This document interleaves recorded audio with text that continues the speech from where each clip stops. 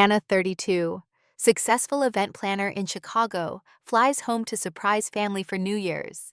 Discovers dad alone in dimly lit kitchen with just a sandwich.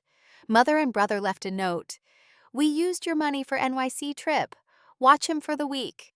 Dad reveals early stage dementia diagnosis they're hiding. Dad whispers determination. "They'll regret this." Anna smiles knowingly. 3 days later, family returns to unexpected confrontation and life-changing revelations that will transform family dynamics forever. Before we dive into this story, let me know where you're watching from, and hit that like and subscribe button if family drama gets your attention. My career as an event planner in Chicago had been taking off beautifully. After organizing a flawless charity gala for one of our wealthiest clients, I secured a promotion that had me overseeing our most prestigious accounts. The job demanded everything from me, including working through most holidays, but the financial rewards were substantial. I had been sending monthly transfers to my family's joint account back home in Pennsylvania, wanting to help with expenses, even though I couldn't be there physically. The distance had created a growing disconnect between us. Our video calls became less frequent, conversations more superficial. My mother would ask about my work, but seemed distracted. My brother James would barely join the calls. Only dad seemed genuinely interested in my life, though lately I had noticed him becoming quieter, often letting mom dominate our conversations. After 2 years of absence, I decided to use my accumulated vacation time for a surprise visit home for New Year's. The excitement of reuniting with my family kept me going through the grueling final weeks of December. I had gifts carefully chosen for each of them, and news about my promotion that I wanted to share in person. I imagined the warm hugs, the familiar smell of Dad's traditional New Year's Day roast, and Mom's handmade decorations brightening every corner of our family home. The journey home proved more challenging than expected. My flight faced multiple delays due to a winter storm system moving across the Midwest. When I finally landed at the regional airport near my hometown, the rental car agency almost couldn't provide my reserved vehicle due to holiday shortages. By the time I got on the road, snow was falling heavily, forcing me to drive at a crawl along the familiar route home. As I navigated the snowy roads, memories flooded back with each landmark. The convenience store where Dad used to buy me ice cream after softball practice, the high school where I had graduated valedictorian, the town square where we watched fireworks every 4th of July. Despite the weather frustrations, nostalgia warmed me as I anticipated the family reunion ahead. I tried calling several times during stops, wanting to give them a heads up that I was close, but no one answered. I assumed they were busy with New Year's preparations, or perhaps at a neighborhood gathering. Many families in our community hosted open houses during the holidays. When I finally pulled into our driveway, the first thing that struck me was how different our house looked compared to the neighbors. While other homes glowed with festive lights and decorations, ours stood dark and unadorned. Not even the porch light welcomed me. Using my key that I had kept all these years, I entered the silent house, calling out cheerfully, "Hello, surprise!" No answer came. The entryway was cluttered with unopened mail. The living room furniture had been rearranged haphazardly, and dust covered the mantel where Mom's prized collectibles should have been displayed for the holidays. The kitchen light was the only one illuminating the house, casting a dim glow down the hallway. "Hello, Mom, Dad, James." I called again, wheeling my suitcase toward the kitchen. That's where I found him. Dad sat alone at the kitchen table, eating a plain sandwich with nothing but a glass of water beside him. He looked up, confusion crossing his features before recognition dawned. "Anna, what are you doing here?" he asked, his voice smaller than I remembered. I rushed to hug him, noticing how his frame felt thinner in my embrace. "I wanted to surprise everyone for New Year's. Where are Mom and James?" Dad's eyes darted away, and he took another bite of his sandwich before responding. "They went out." "Shopping party supplies?" I asked, setting down my bags and glancing around the kitchen. Unlike holidays past, there were no baking ingredients laid out, no appetizers being prepared, no festive tablecloth on the dining room table visible through the doorway. That's when I saw it. A note on the refrigerator held by a magnet from some tropical vacation they had taken years ago. I read it twice, certain I had misunderstood. "Dad, we've gone to NYC for the week. Tickets were expensive last minute, so we used the money Anna sent. Food in fridge, take meds on schedule, back on the 3rd. Watch him until then, Anna. The note was in my mother's handwriting but made no sense. They hadn't expected me to be here. They had used my money I sent to help with household expenses for a spontaneous trip to New York City. And they had left Dad alone over New Year's. I turned to him, shock and anger building inside me. Dad, what is this? How long have they been gone? Dad looked embarrassed, pushing his sandwich plate away. Since yesterday morning. It's fine, Anna. I can manage on my own. But it's New Year's, and what does she mean by take meds on schedule? Are you sick? A flash of something crossed his face, something between fear and resolve. Then he simply shrugged. Just blood pressure medication, nothing serious. I didn't believe him. Something was very wrong in this house beyond the obvious abandonment. Dad seemed smaller, somehow diminished. The house was in disarray, and that callous note suggested this wasn't simply a holiday getaway. I'm calling them right now, I said, pulling out my phone. Dad reached across the table with surprising speed, placing his hand over mine. Don't bother, they won't answer. They never do when they're having fun. The bitterness in his voice shocked me. My gentle, accommodating father had never spoken that way about Mom before. Dad, what's really going on here? Please tell me. He looked at me for a long moment, then sighed deeply. They think I'm losing my mind, Anna. Early stage dementia, the doctor said. Your mother couldn't handle it, and James follows whatever she does. He paused, then leaned forward, his eyes suddenly sharp and clear. They'll regret this, he whispered. I should have been horrified by the diagnosis, demanded more information immediately. Instead, I found myself smiling at the determination in his voice. This wasn't a man who had given up. This was my dad, the man who had taught me to stand my ground. Yes, I said, taking his hand in mine. Yes, they will. Neither of us could have predicted just how true those words would prove 3 days later, when my mother and brother returned to find their carefully constructed world completely transformed. Our first night together revealed troubling signs of what had been happening in my absence. After settling in, I noticed the house wasn't just untidy, it was in a state of neglect. Bills were piled on Dad's desk, many of them stamped with past due notices. The refrigerator contained little more than condiments and a few microwave meals.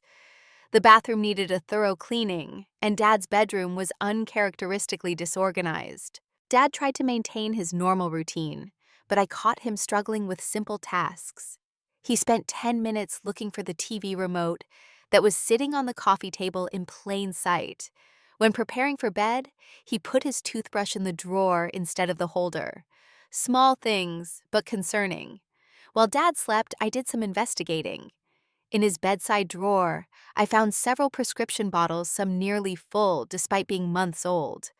One was for Aricept, a medication I recognized from a pharmaceutical client's campaign as a treatment for Alzheimer's symptoms. Most telling was a stack of appointment cards for a neurologist, including several missed appointments.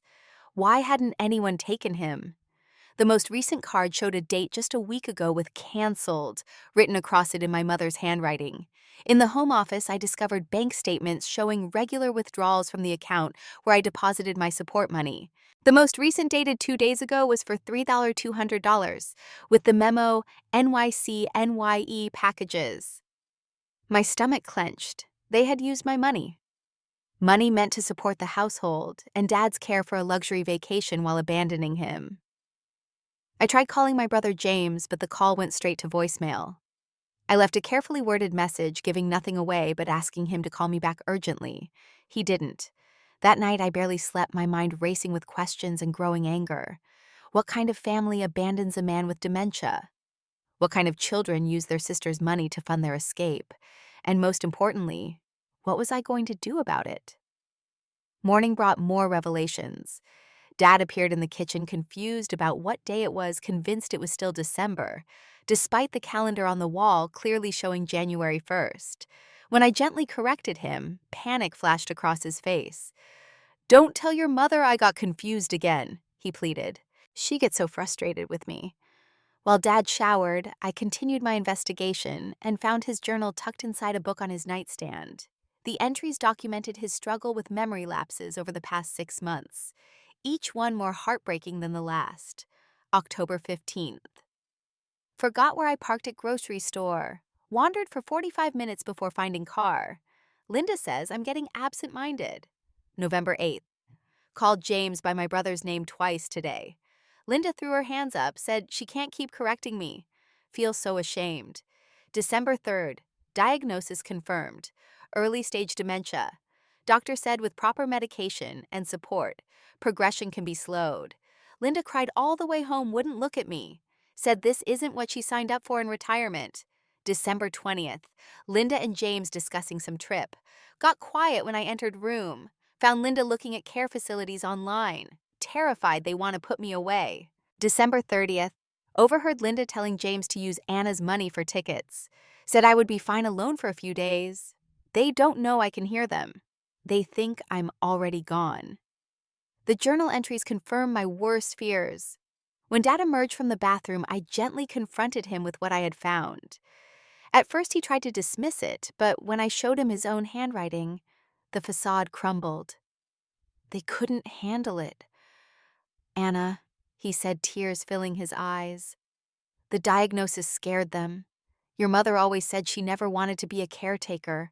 When her own mother got sick, she put her in a nursing home immediately. But to abandon you, to use my money for a vacation while neglecting your care. My voice rose with indignation. Dad looked down at his hands. It's been building for months. They started pulling away as soon as I showed symptoms. First, they stopped including me in conversations. Then they started going out without me. Eventually, they began discussing me as if I weren't in the room. He paused, wiping his eyes. The money thing, though, that was new. I think they assumed you wouldn't notice or care where the money went. Have they been taking you to all your doctor appointments, following treatment recommendations? Dad shook his head. Your mother took me to the initial diagnosis. After that, she canceled more appointments than we kept. Said the doctors were just going to tell us what we already knew and charge us for the privilege. I felt sick. What about medication? The Aricept in your drawer is barely touched. Linda says it's too expensive and doesn't really work anyway. Dad's voice was soft with shame. But I read online that it works best when started early. I've been afraid to take it without proper monitoring. I pulled out my laptop and started researching dementia specialists in the area. We're getting you proper care starting today. I'll make some calls, get you in to see the right doctors. Dad watched me, a mixture of hope and doubt on his face. Then with surprising clarity, he leaned forward. Anna, before you do all that, there's something I want to do first. What's that, Dad? I want to teach them a lesson they won't forget. His eyes gleamed with a determination I hadn't seen in years. I may be forgetting things, but I haven't forgotten how they've treated me, how they've misused your generosity. Help me show them I'm not as helpless as they think.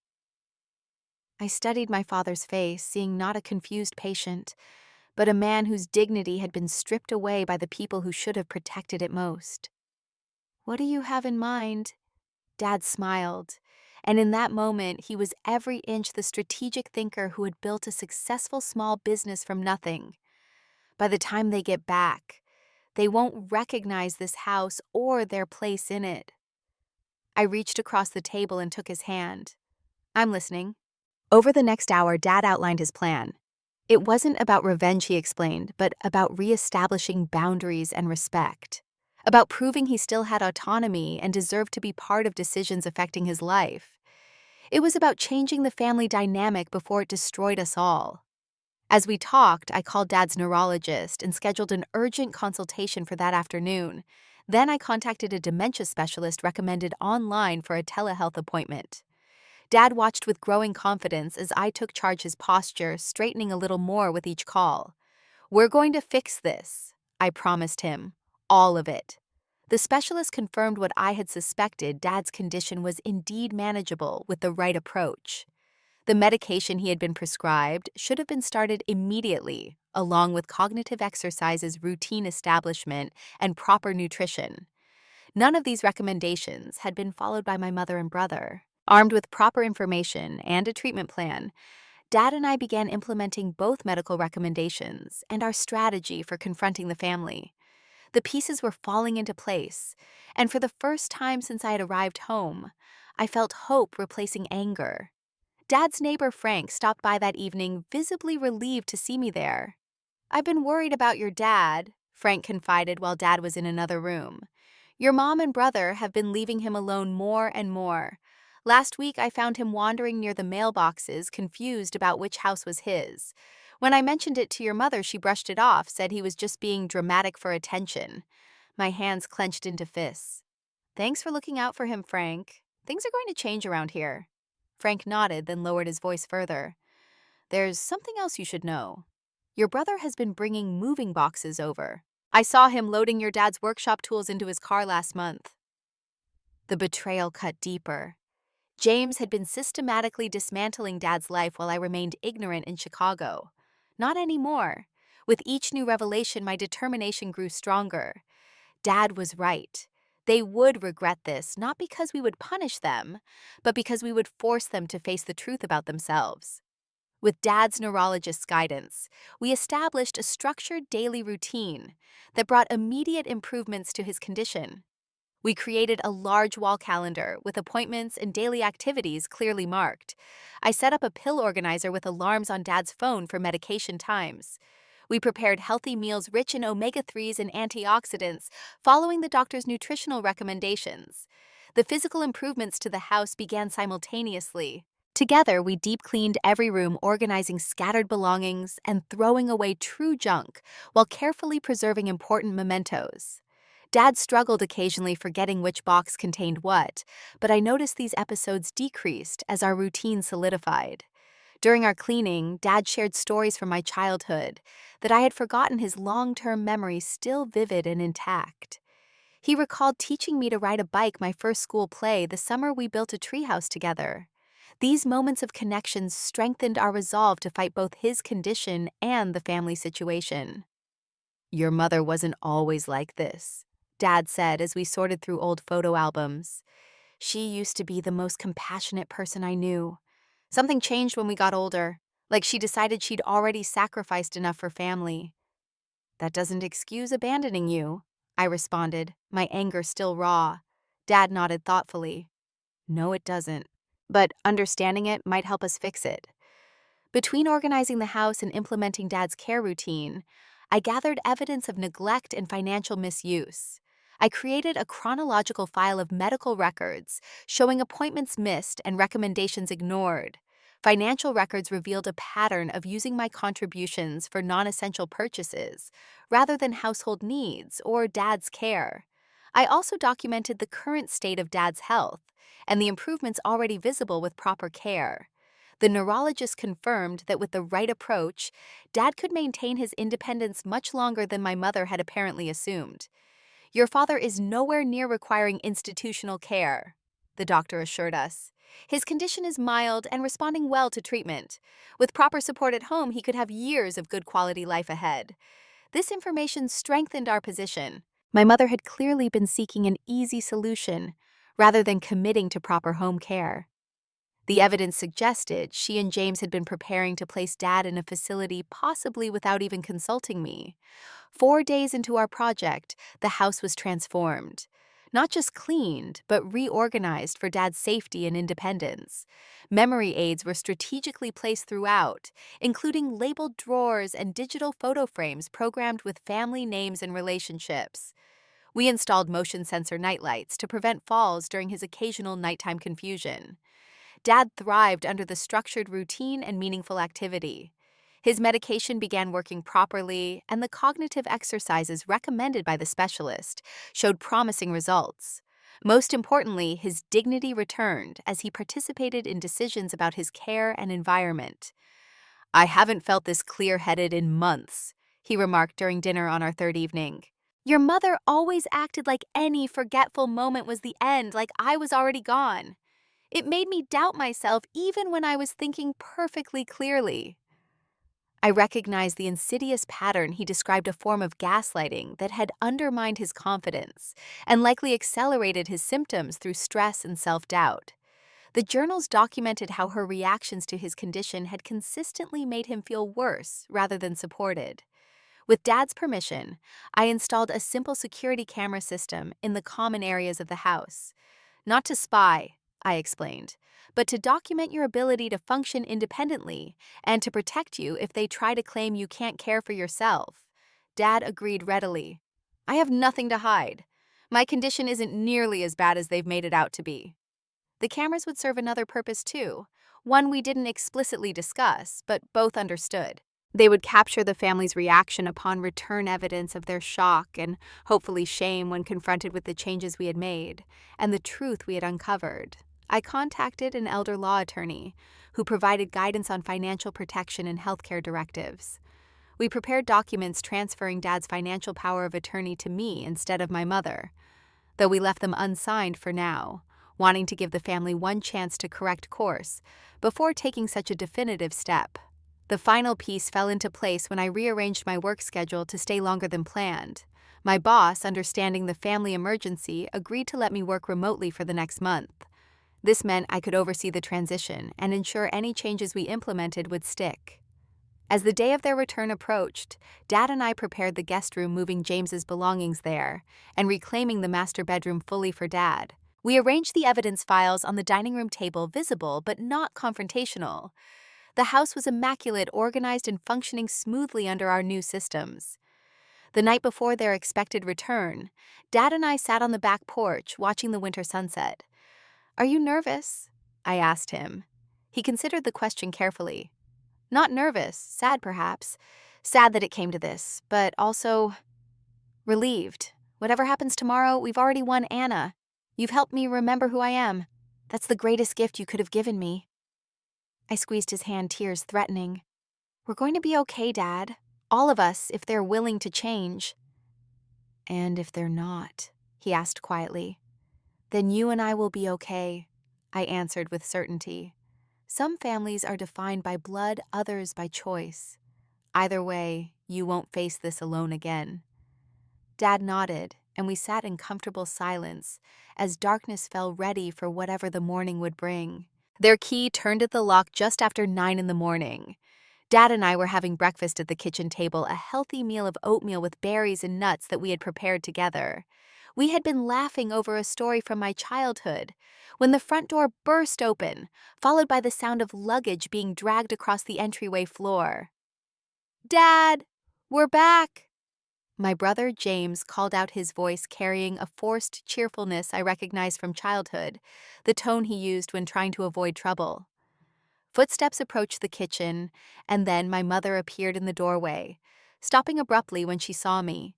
She wore a designer coat I didn't recognize, and behind her, James struggled with several shopping bags bearing luxury store logos. "Anna!" Mom's voice pitched high with surprise. "What are you doing here?" I smiled calmly. "Surprise visit for New Year's. Found an interesting note on the fridge when I arrived." Mom's eyes darted to Dad, then back to me, her expression cycling through shock, guilt, and quickly settling on defense. "We needed a break. The holidays have been so stressful with your father's condition. So stressful you used my money for a luxury trip to New York." I kept my tone conversational, professional, the same voice I used when handling difficult clients. James stepped forward, dropping the shopping bags. "It wasn't like that. We were going to pay you back." "Interesting," I replied. The note didn't mention anything about repayment. It just instructed me to watch him until you returned. Dad sat quietly during this exchange, his back straight, looking remarkably composed and alert. Mom seemed to notice this, her eyes narrowing slightly. "You're looking well, Gordon," she said to Dad, her tone suggesting surprise rather than pleasure. "I feel well, Linda," Dad replied evenly. "Anna and I have had a productive few days." Mom glanced around the kitchen, noticing for the first time how different everything looked. The clutter was gone, replaced by organized systems. Medication was neatly arranged in a labeled dispenser. A large calendar hung on the wall with appointments and activities clearly marked.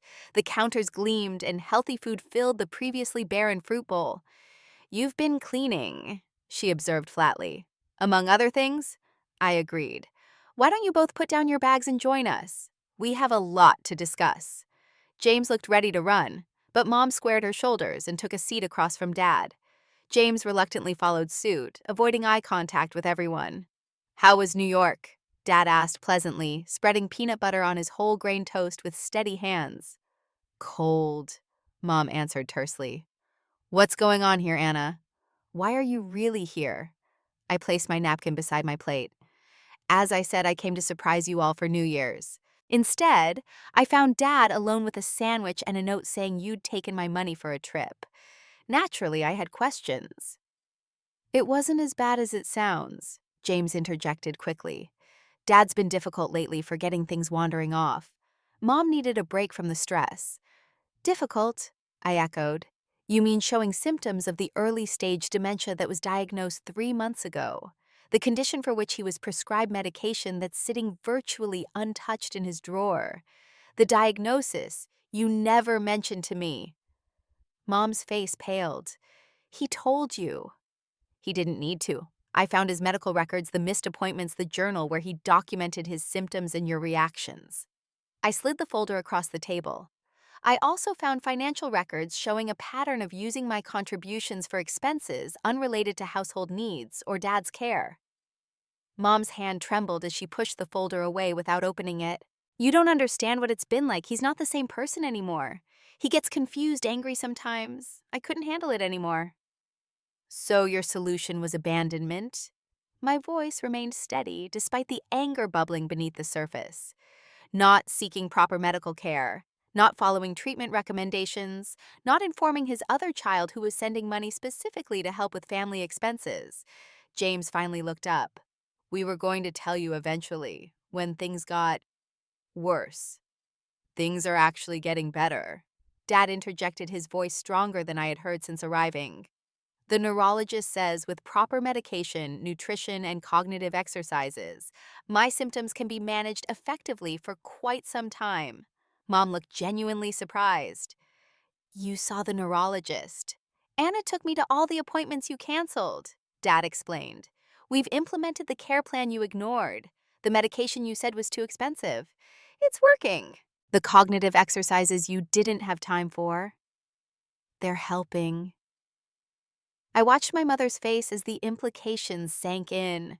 Her justifications for abandoning Dad were crumbling with each word he spoke. The house looks different, James observed, clearly trying to change the subject. We reorganized for safety and independence, I explained. Memory aids, clear labeling, routine reinforcement.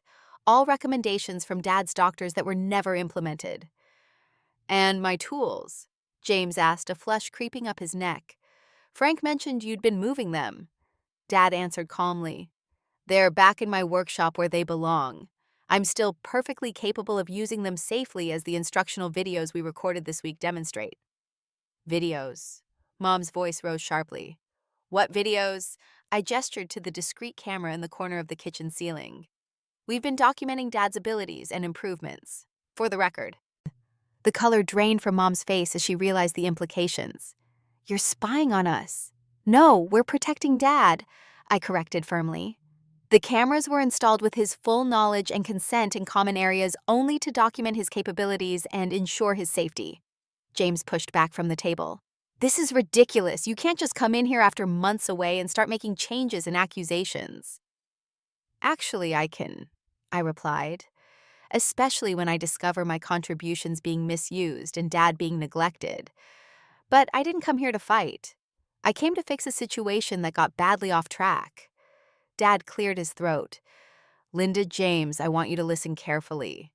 I am not as far gone as you've convinced yourselves.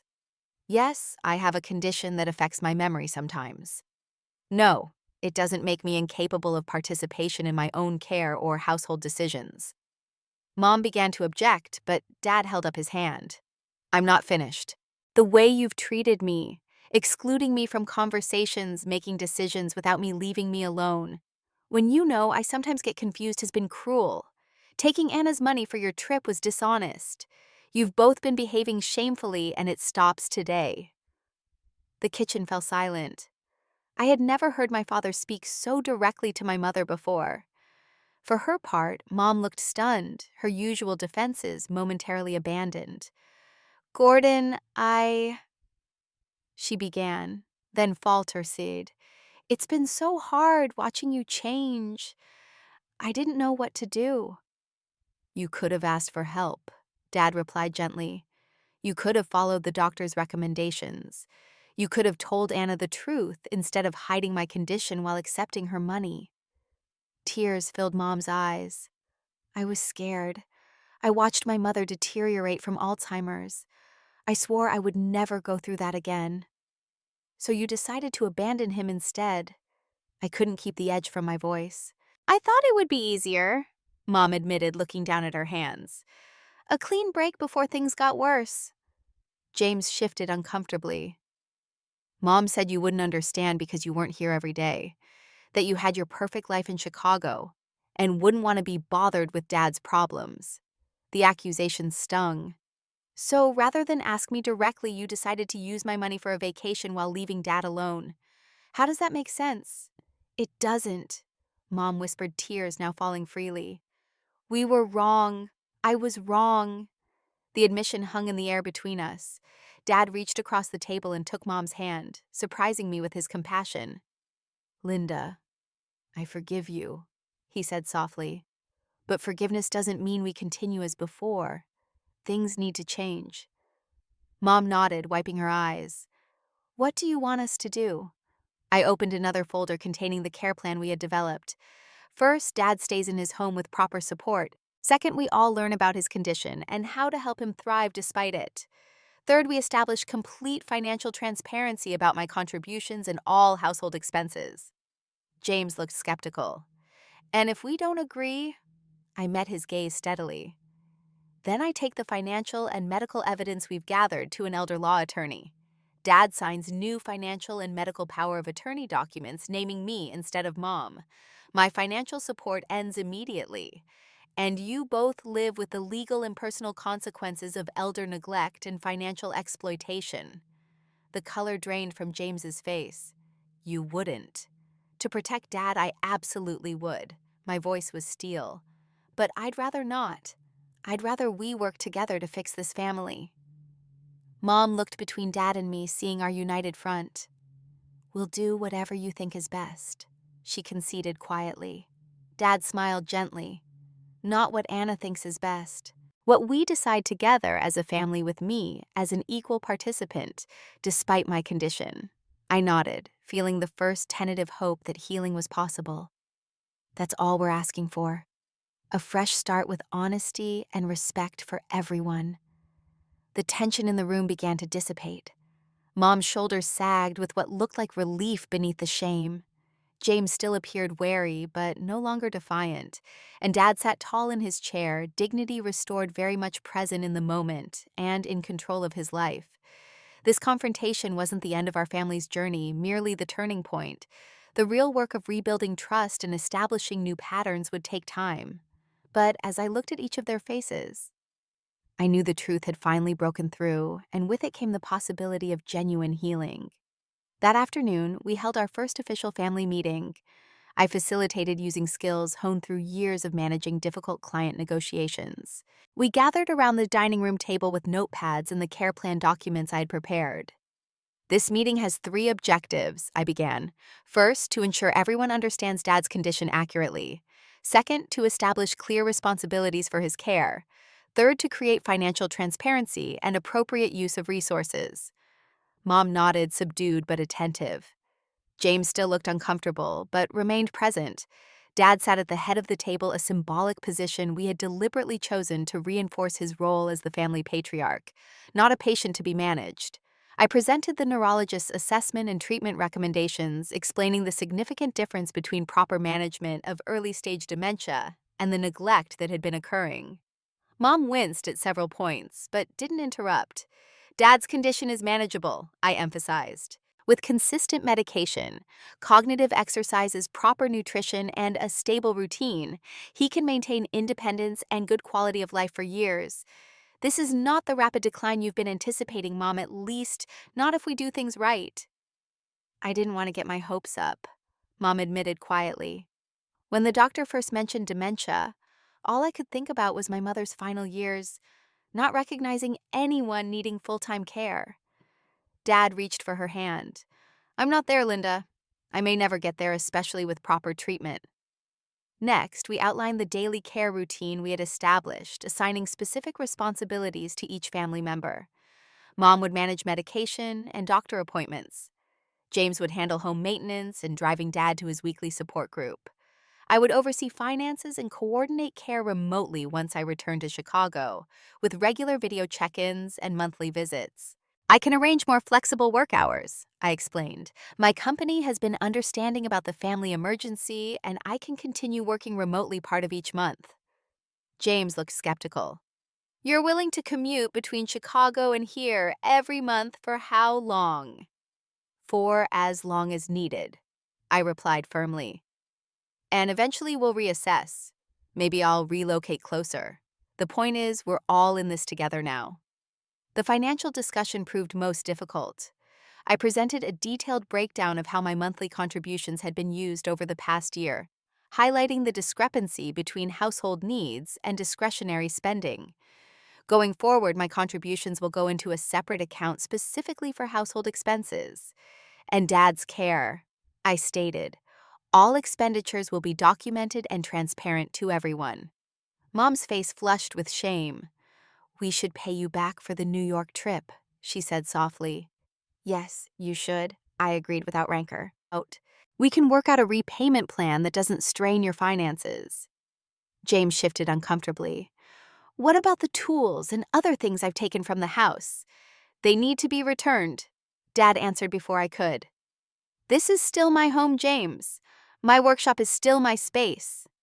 James nodded, properly chastened. Finally, we discussed family therapy. The dementia specialist had recommended it not just to help Mom and James understand Dad's condition better, but to address the underlying family dynamics that had contributed to the situation. We all need help navigating this, I explained. It's not just about Dad's dementia. It's about how we communicate, how we respect each other's autonomy, how we handle challenges together rather than separately. To my surprise, Mom was the first to agree. I know I haven't handled this well, she admitted. I was so afraid of watching Gordon decline that I started treating him as if he already had. And I just followed Mom's lead, James added. It was easier than thinking for myself. Dad smiled at both of them, genuine forgiveness in his eyes. We all have work to do, including me. I need to be more open about my struggles rather than hiding them out of pride. By the end of the meeting, we had a comprehensive written agreement that everyone signed, including specific responsibilities, financial arrangements, and consequences for non-compliance. It wasn't legally binding, but it represented a family commitment that I intended to hold everyone to myself included. As we concluded, Mom looked at the detailed calendar we had created for Dad's care. This is so organized, she marveled. I felt overwhelmed trying to figure out what to do. You didn't have to figure it out alone, I reminded her gently. That was the mistake, thinking you had to handle everything yourself rather than seeking proper support. She nodded, tears threatening again. I'm sorry, Gordon. I'm so sorry for how I've treated you. Dad embraced her, his forgiveness evident in the gesture. We start fresh today, all of us. Over the next week, we implemented our new family system. Mom learned the medication management routine and began accompanying Dad to his appointments, asking thoughtful questions and taking detailed notes. Her initial reluctance gave way to growing competence as she saw how the structure relieved rather than increased her burden. James returned the tools and other items he had removed from the house. More significantly, he began spending regular time with Dad in the workshop, learning skills he had previously shown no interest in. I observed them one afternoon, heads bent together over a woodworking project, and recognized the healing taking place between father and son. I extended my stay to a full month working remotely, while ensuring our new systems became solid habits rather than temporary changes. Each day brought small victories from Dad, remembering a new cognitive exercise to Mom spontaneously suggesting a family game night, an activity that had disappeared from our routine long before Dad's diagnosis. The family therapy sessions proved challenging but productive. Our therapist, Dr. Welch, specialized in families dealing with dementia and quickly identified patterns that had contributed to our crisis. Linda, you've been catastrophizing Gordon's condition, she observed in our second session. And James, you've been enabling your mother's avoidance rather than helping her face reality. Both accepted the assessment with surprising grace. The crisis had broken through layers of denial and defenses, creating an openness to change I hadn't expected. Most encouraging was Dad's improvement under the consistent care regimen. His memory lapses decreased in frequency, and his confidence grew visibly with each small success. The neurologist confirmed that the medication was working effectively and that Dad was an ideal candidate for an experimental cognitive training program at the university hospital. "I'm not giving up," Dad announced after receiving this news. "This disease will have to fight me for every inch of ground." 3 weeks into our new arrangement, I conducted a formal review of our progress. The results were encouraging enough that I felt comfortable finalizing my return to Chicago, confident that the systems we had established would continue in my absence. "I'll be back in 3 weeks for a long weekend," I reminded everyone during our final family meeting before my departure. "And I'll be checking in daily via video call. The cameras stay active, and I have alerts set up if anything seems off schedule." Mom nodded, no longer offended by the monitoring. "We're going to be fine, Anna. You've taught us how to do this right." James added, "Dad and I have 3 projects planned for the workshop, and I'm taking him fishing when the weather improves." Dad smiled at me across the table. "You can go back to your life knowing you've given me back mine." The transformation wasn't just in our care arrangements, but in the emotional atmosphere of the home. The tension and avoidance that had characterized family interactions had given way to honest communication and shared purpose. Dad was no longer being treated as an invalid, but as the center of the family he had always been. As I packed my suitcase the night before my departure, Mom appeared in the doorway of my childhood bedroom. "I need to say something," she began hesitantly. "What I did leaving your father alone taking your money, it was unforgivable. I will spend the rest of my life making it up to both of you." I paused in my packing. "Why did you do it, Mom, really?" She sank down on the edge of the bed. "Fear. Overwhelming fear. When the doctor said dementia, all I could see was my mother at the end not recognizing me, terrified of everyone who tried to help her. I couldn't face the thought of Gordon ending up that way.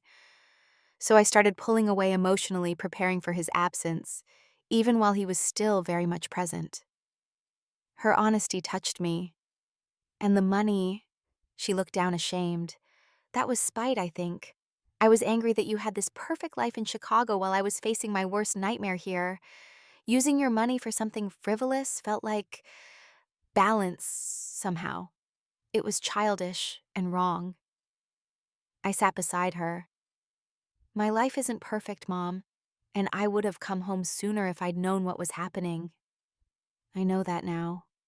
She wiped away a tear. "You've always been the strong one, Anna, like your father. James and I are the weak links." I shook my head.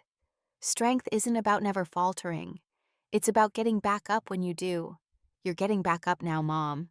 That counts for something." She hugged me, then the first genuine embrace we had shared in years. "Thank you for not giving up on us."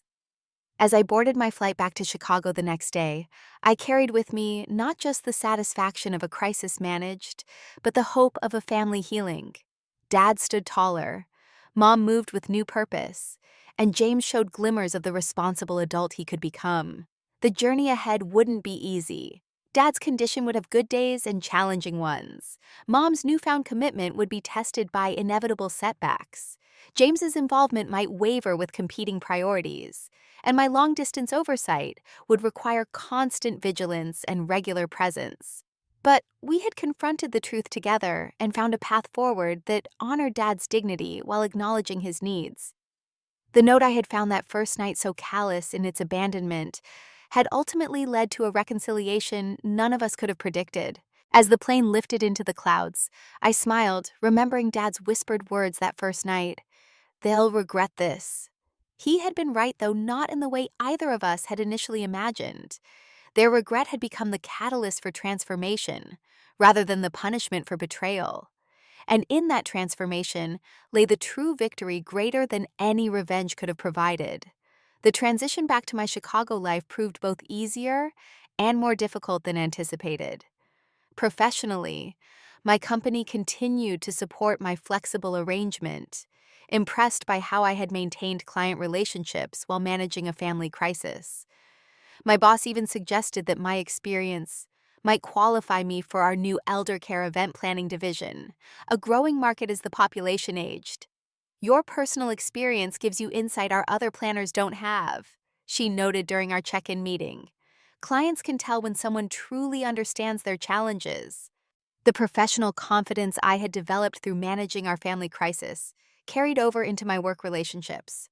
I found myself setting clearer boundaries with demanding clients, prioritizing projects more effectively, and speaking up more in strategy meetings. Colleagues commented on the change. "You seem different since your family emergency," my assistant observed one day. "More decisive." I nodded, recognizing the truth in her observation. Nothing like a crisis to clarify what matters. While my career benefited from my new perspective, maintaining the family care system required constant attention. Daily video calls with Dad became our new normal. Sometimes we spoke for only a few minutes, checking in on medication and activities. Other days, particularly when he was experiencing more confusion, we talked longer, his face brightening visibly as our conversation helped orient him. 3 weeks after returning to Chicago, I flew back for my first scheduled long weekend. I arrived with a mixture of hope and apprehension, unsure what I would find despite the regular updates. To my relief, the systems we had established remained largely intact. Dad's pill organizer showed consistent use. The calendar had new appointments added in Mom's handwriting. The house maintained its organization, and Dad's journal documented continued cognitive exercises. Most encouraging was the subtle shift in family interactions. Mom included Dad naturally in conversations, neither speaking for him nor excluding him. James had established a regular Sunday workshop session with Dad, evidenced by several new woodworking projects displayed proudly on the mantel. "Your brother has surprisingly good hands for detail work," Dad told me with evident pride. "Never knew that about him before." During that visit, I accompanied the family to a therapy session where Dr. Welch confirmed the positive changes I had observed. "The communication patterns have improved significantly," she noted. "Linda, you're doing much better at allowing Gordon to express himself without interruption. James, your engagement has become more consistent." Mom smiled at the praise. "It's actually easier this way. Fighting reality took so much energy." The monthly rhythm of my life adjusted to include these regular visits home. Between trips, I maintained oversight through video calls, security camera check-ins, and regular conversations with Dad's doctors. The elder law attorney helped us establish proper legal protections, including an advance directive that respected Dad's wishes while ensuring his care. My personal life evolved as well. The dating relationship I had been casually pursuing before the crisis naturally faded as my priorities shifted. When I explained the situation to Mark, his response revealed a fundamental incompatibility I might have otherwise overlooked. "Can't your mother handle all that?" he asked when I canceled dinner plans for an emergency video consult with Dad's neurologist. "Why does it have to be you?" The question illuminated the distance between our values more clearly than any personality test could have. We parted ways amicably, and I found myself surprisingly unbothered by returning to single status. My sense of purpose had shifted, making space in my life for what truly mattered, rather than what merely filled time. 6 months after the initial confrontation, our family gathered to celebrate Dad's birthday. The difference from past celebrations was striking. Instead of the tense, superficial interactions that had characterized family gatherings in recent years, genuine warmth filled the house. Mom had prepared Dad's favorite foods with careful attention to the nutritional guidelines from his doctor. James arrived with a handcrafted jewelry box he and Dad had designed together. I brought photo albums digitized for easier viewing on Dad's tablet, enhanced with labels and stories to reinforce his memories. After dinner, as we sat in the living room enjoying cake, Dad tapped his glass for attention. His hands showed only the slightest tremor, a reminder of the condition we were managing together. "I want to thank all of you," he began, his voice clear and strong. "6 months ago, I was losing myself not just to dementia, but to how this family was handling it. I felt invisible, discarded, already mourned while still very much alive." Mom reached for his hand, tears in her eyes. Today I feel like myself again, Dad continued. Yes, I have bad days. Yes, I forget things. But I am seen, heard, and respected. My condition is part of our family reality, not a reason to push me aside. He looked at each of us in turn, his gaze lingering on me. Anna, you came home and found a broken family. You could have walked away, cut ties, reported what was happening to authorities. Instead, you chose the harder path of healing. You showed us all what real love looks like, not just warm feelings, but tough actions and consistent presence. I blinked back tears as he continued. Linda James, you faced your fears and failures. You accepted responsibility and committed to change. That takes courage, and I'm proud of you both. Dad's voice wavered slightly. We don't know what the future holds with my condition. There will be harder days ahead, but I know now we'll face them together as a family should. The moment crystallized the transformation we had undergone. Mom, once so fearful of Dad's condition that she had abandoned him, now moved naturally to support him when he showed signs of fatigue. James, who had avoided the reality of Dad's diagnosis, discussed memory strategies with the ease of regular practice, and I had found a balance between my independent life and family responsibility that enriched rather than diminished both. Later that evening, Dad and I sat on the back porch as had become our custom during my visits. The spring air carried the scent of lilacs from the bush he had planted when I was born, a connection to family history that transcended memory. I wanted to tell you something privately, Dad said, turning to face me fully. The neurologist says I'm doing better than expected. The medication is working well, and the cognitive training is showing results. He thinks I might have more good years than we initially thought. Joy surged through me. Dad, that's wonderful news. He nodded, then added thoughtfully. But even if that weren't the case, even if I was declining faster, what you did for this family would still matter. You didn't just help me, Anna. You saved your mother from becoming someone she would have hated, given James a chance to grow up and preserve something precious that was almost lost. I felt the weight of his words, the depth of truth in them. I couldn't have done it without your courage, Dad. That first night when you said they'll regret this, I saw something in you that reminded me what our family could be. Dad smiled. Not regret in the way we meant then, not punishment or revenge, but the deeper regret that leads to change, to making things right. The kind that leads to healing, I agreed. We sat in comfortable silence as darkness fell, the moment perfect in its simplicity. The journey of the past 6 months had transformed not just our family dynamics, but my understanding of love itself. Love wasn't just warm feelings, but showed itself in difficult conversations, consistent presence, and unwavering advocacy. It manifested in systems and structures that protected dignity as much as in hugs and kind words. My impromptu New Year's visit home had revealed painful truths, but facing those truths had ultimately strengthened rather than destroyed us. Dad's diagnosis, initially seen as the family's greatest challenge, had become the catalyst for its healing. As we walked back into the house together, Dad's steps steady beside mine.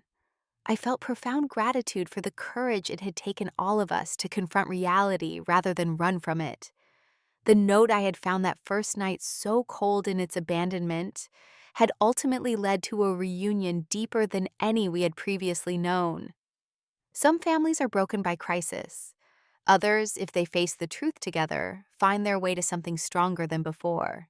We had chosen the harder path of honesty and accountability, and in doing so rediscovered what family truly meant, not just sharing DNA, but standing together through life's hardest challenges with love and respect intact. Have you ever had to confront a difficult family situation? What helped you find the courage to speak up? Share your experiences in the comments below.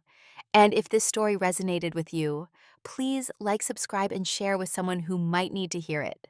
Remember, sometimes the hardest conversations lead to the greatest healing. Thank you for listening to my story, and I hope it brings courage to your own family journey.